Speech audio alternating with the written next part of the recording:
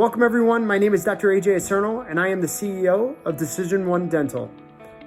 During this pandemic, we have taken the opportunity to virtually meet every morning with all our team members. The idea is to inspire, to grow, and to learn. During that time, we have interviewed multiple people in order to help us do that. So I hope you can be inspired and you can grow by listening to these wonderful people. Thank you.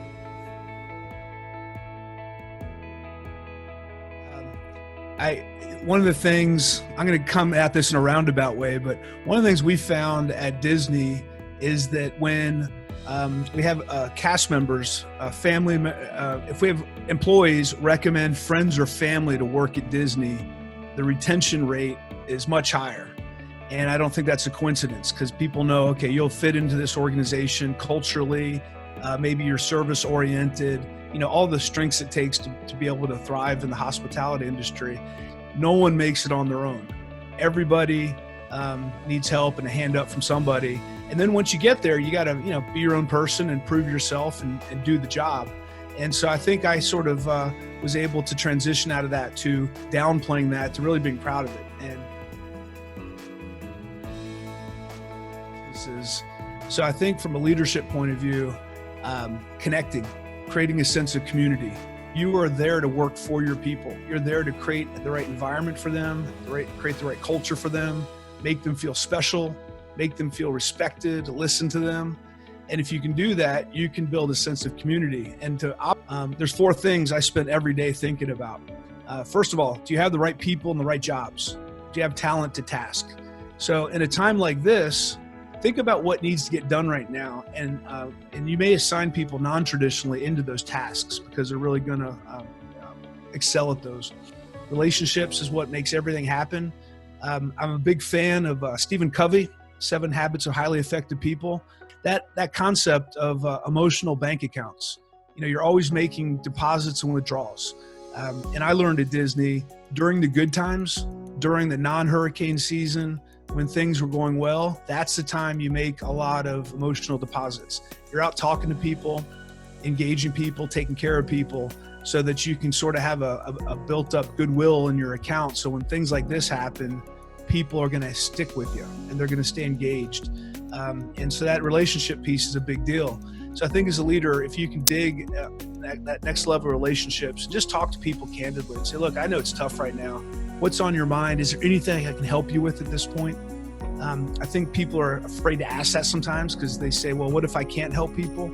But just asking the question puts you in a whole different class of leadership. And then when you hear people what they're worried about, what they need, most of the time as a leader, you can help them. You can give them a resource, or just the fact that you're aware of what they're going through is called empathy. And now you all are experiencing that together. It is clarity of expectations. What do you expect your people to be doing right now while they can't do their day-to-day business? Really being clear with people what you expect of them during this time, as personally and professionally. And then lastly, there's this concept of reward and recognition. Being out, walking around, talking to people, being accessible, being approachable, and giving people, reinforcing the things we expected of them. And then don't just stop doing it when this crisis is over. If you keep doing that, you can reach new levels of performance, new levels of engagement, and that leads to great intent to recommend and intent to return in your business. And that's how we grow our businesses. Every guest we get to Walt Disney World, we know it's cost a lot of money to get them there. Now we got to convince them that they need to be coming back again. And then they become, then it's free market because they really want to talk to us about other people about what great experience we create for them. And I think, when people say vice president, it's an impressive title, but I think it says, I know everything that's going on here. I'm in total control of what's happening. And that's not the case. Disney is thousands of people coming together every day to make that thing go. And so I like the word superintendent because there's a bunch of people working at Magic Kingdom when I was there that didn't even report to me, but they were incredibly important to make sure their success would lead to my success. And I knew that I call them the moments of truth. When someone pulls through the Auto Plaza in their car, the cast member there who greets those people, that was one contribution to that person's experience. and then the person on the tram, and the person who sold them the food, and the person who loaded them on Pirates of the Caribbean, and these thousands of interactions that our cast members had with guests, that drove their decision to come back again. So it was important for me to make sure everyone knew this is a symbiotic relationship. I'm responsible to make sure I create a great environment and culture that you enjoy coming into work every day, and you have the tools, and you have the training, and you have the right people leading you, and we're getting you what you need. And once again, you feel respected and you know how important you are. And in return, I'm going to make sure I'm listening to you and using my authority to get you the tools and things you need to do your job.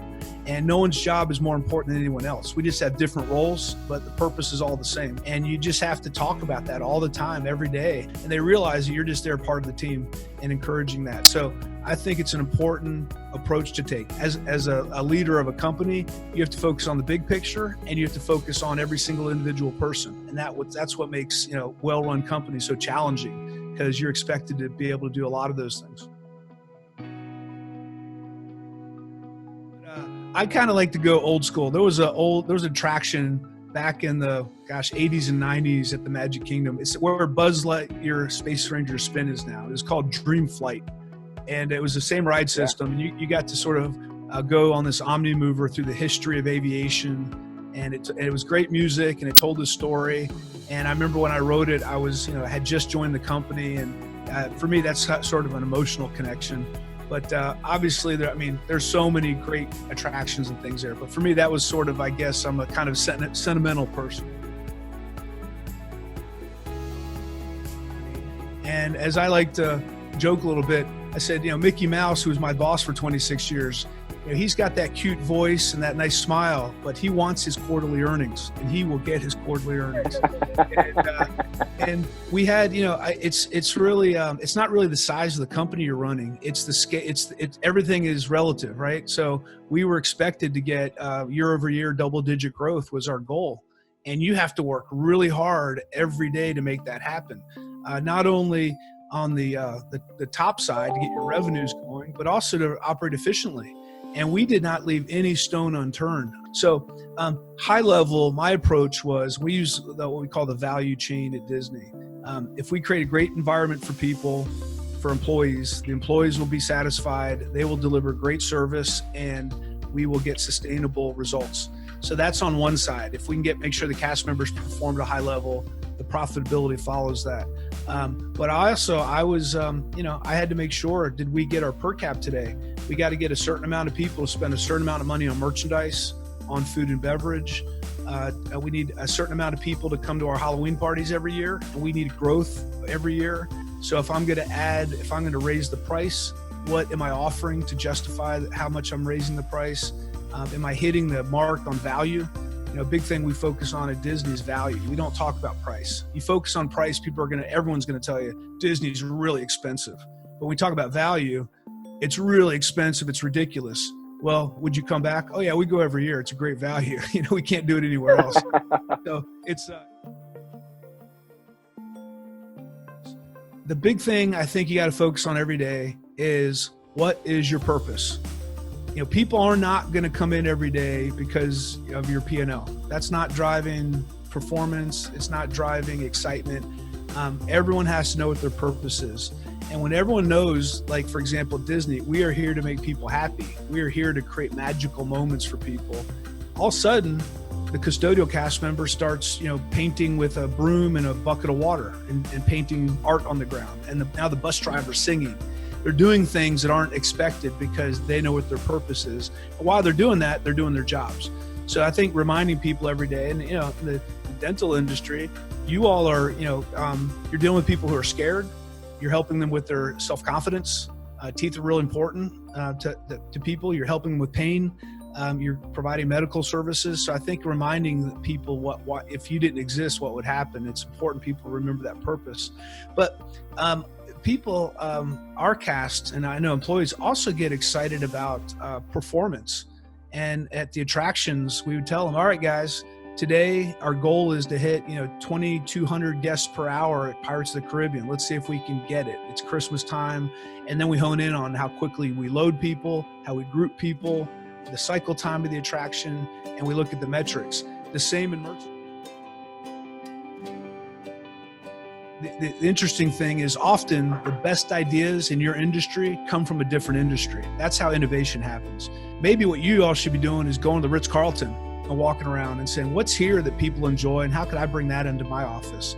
Or maybe I should go to Disney, or maybe I should go to the local kids playground and look at that. What could I bring to my office? And now you're starting to innovate and you're starting to think across lines, and now you're creating a differentiation and something different. For me, the biggest thing is that word of mouth recommendation, getting people to talk to other people about what you do and how you do it and how well you do it. That is where I think most of the business comes from. Yeah, we measure at Walt Disney World, we measure everything on a 5-point scale. It's poor, just okay, good, very good, and excellent. And we basically, the way we operate, we take every very good and down, and we put that in one bucket. And excellent sits in its own bucket by itself. Because the only difference between very good, good, just okay, and poor is they're not excellent. And when you have an excellent experience, your intent to recommend, your intent to return, everything goes up by a factor of X. I don't know how high that could, but it's differentiated. So as far as we're concerned, very good and poor are the same. They're not excellent. And that's where you got to get your mindset. Your employees and your customers, they know everything you should be doing to run the best business you can. You just need to learn how to talk to them. You need to learn how to find out what they think about things. Start to ask people what their sentiments are. That's the thing that's not clear today. What are people going to expect? And what level, at least over the next 18 to 24 months. But I think your employees and your customers are going to tell you what they want to see, and then you have to listen to that, compare it with what conventional wisdom is telling you, and land in a place. But I don't think you should be reactive. You should be ahead of the curve and just talking to people, at least to get a point of view. I think first of all, you have to ground yourself in, okay, let's remind ourselves why we're doing this. I found myself in a lot of meetings where we would be talking about a new product or a new service.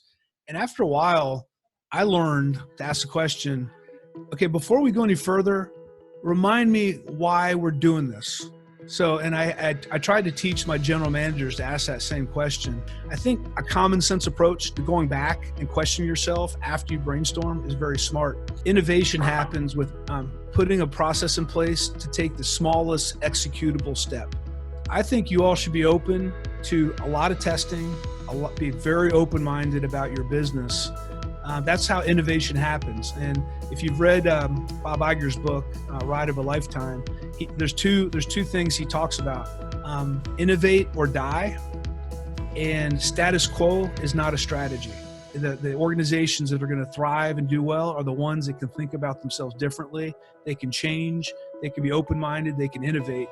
And that's going to be the name of the game. And by the way, it's exciting to do that.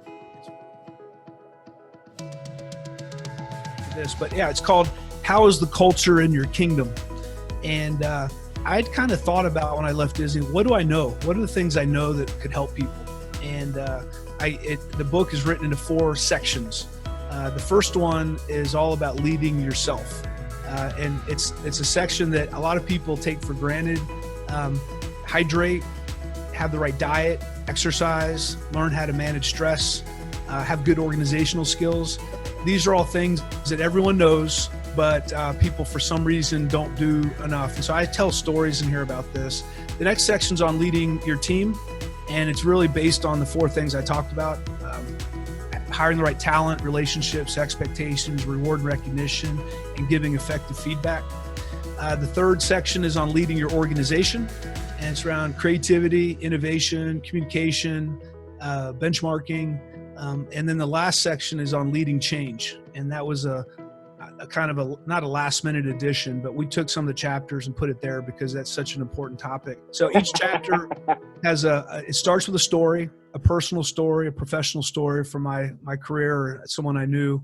I go in and talk about the topic, and then the end of the chapter, I always have fast track to results, which is basically, here's 5 or 6 things you can do tomorrow to start to emulate whatever the chapter was on. I think a lot of business books stop at the philosophical piece, but they don't tell people tactically what they could start doing immediately. And I'm a big believer, if you don't behave a certain way, you're not going to change your culture. It has to be done through behaviors and actions. And so that's the book. And So once again, this idea of get your people together, we call them roundtables at Disney. I would get people in a room regularly, frontline managers, frontline cast members, and we do sessions. The one session we did was called Stop, Start, Continue. Let's talk about things you think we should stop doing, we should start doing, and we should continue doing. And I'd leave the room and let them work for an hour and come back, and they would have tons of ideas about all the dumb bureaucratic rules we had in place and about the policies that got in the way of them offering great service to guests. And they're just things we created over time. And you should just start questioning everything. Question every rule you have, question every process you have, know exactly how much you buy of every single item. Once again, thinking differently. When you come up with a new idea, you'll have one reason it's a good idea and 100 reasons it won't work. And don't let that stop you. Still go into it and then test it. And after you've tested it, see if it's going to work and then grow it from there. At work, it's a dilemma. I got this whole new thing. I need more safety equipment now, but I don't want to grow my cost base. It's a dilemma. There's no solution. Where are we going to find other opportunities to cut our costs? And that's where you start digging in and breaking it down into little problems and solving each individual ones. And over time, you're not going to get to 100%. Your cost base probably will go up, but it won't go up nearly as much as it would have if you hadn't focused on trying to, figure it out. Break it down into small pieces and don't get worried. Don't look for the silver bullets. It doesn't exist. It's just going to be a series of a lot of different small ideas that will add up. There's a silver lining to everything, and you have an opportunity now to go through a crisis to learn as much as you can and be better prepared for the next one. Because like I said, this is not the last one. I've been through lots of these, and I'll be through lots more. And so I think it's a question of just knowing that it's part of risk of living on this planet. And the better you're prepared mentally and intellectually for these things, the better you'll fare. But it doesn't take away from the stress.